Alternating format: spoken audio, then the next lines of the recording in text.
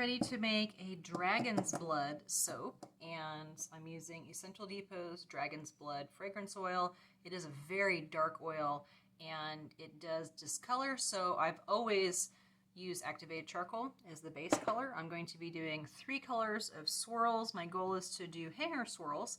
So I have a kind of a golden yellow in there, I have a copper, and then this one will be more of like a kind of a burnt orange color. It does morph a little bit. And in this one, I have a mix of a red mica and then some Aussie red clay. It's really hard to get a true red, but that clay does help get that red in there. And then I've got activated charcoal. The the colors come from, this one's Wholesale Supplies Plus, and these two are Brambleberry, and this one, I think she's discontinued because I haven't seen her posting in a while. And then this one is Activated Charcoal's Essential Depot as well. So with this batch, this soap, I have had issues in the past where sometimes it accelerates, sometimes it doesn't. It kind of has a mind of its own.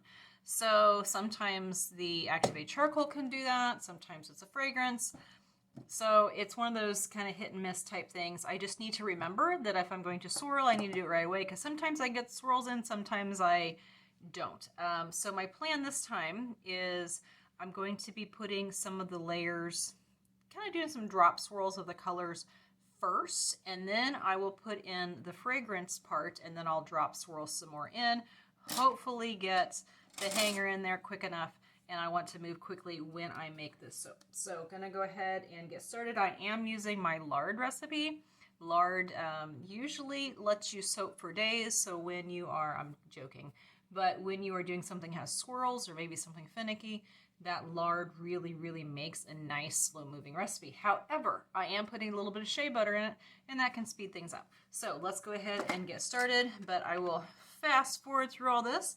So again, hope to move quickly, get some swirls on the bottom, get some swirls on the top, hanger swirl it in, and probably do some nice little decoration on top, and then we'll come back for the cut.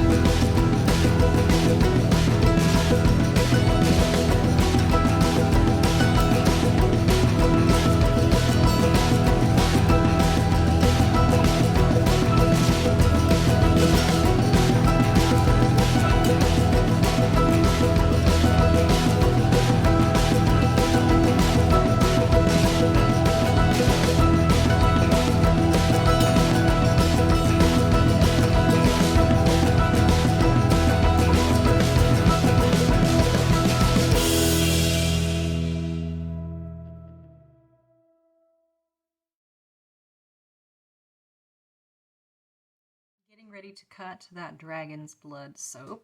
So super happy with how this one's set up. I did move at the right speed. I was really happy about that. So I didn't have any issues of it setting up too fast. Now it did still set up, but I was able to get those swirls in and get it poured. So remember, I poured in the colors on the bottom first, and then I poured in the black with the actual fragrance, and then I was able to do some drop swirls and some hanger swirls in there too. So with the top, by the time I was doing the swirls on the top with the little chopstick, it was actually setting up. So it is not a super smooth top, which is fine, but I was able to get those swirls in. So let's go ahead and cut it, see what the inside looks like.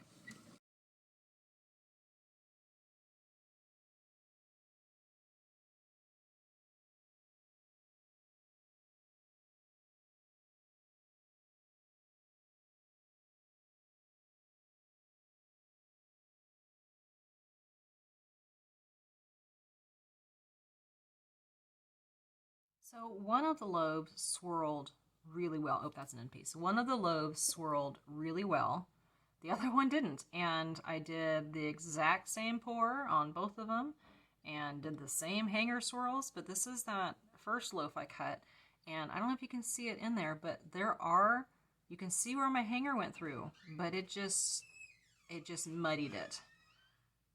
So you can have, I've got the colors in there and I can see the swirls in there. You just can't see the color, which is kind of frustrating, but you know what? It'll be fine. The other ones, those came out really cool.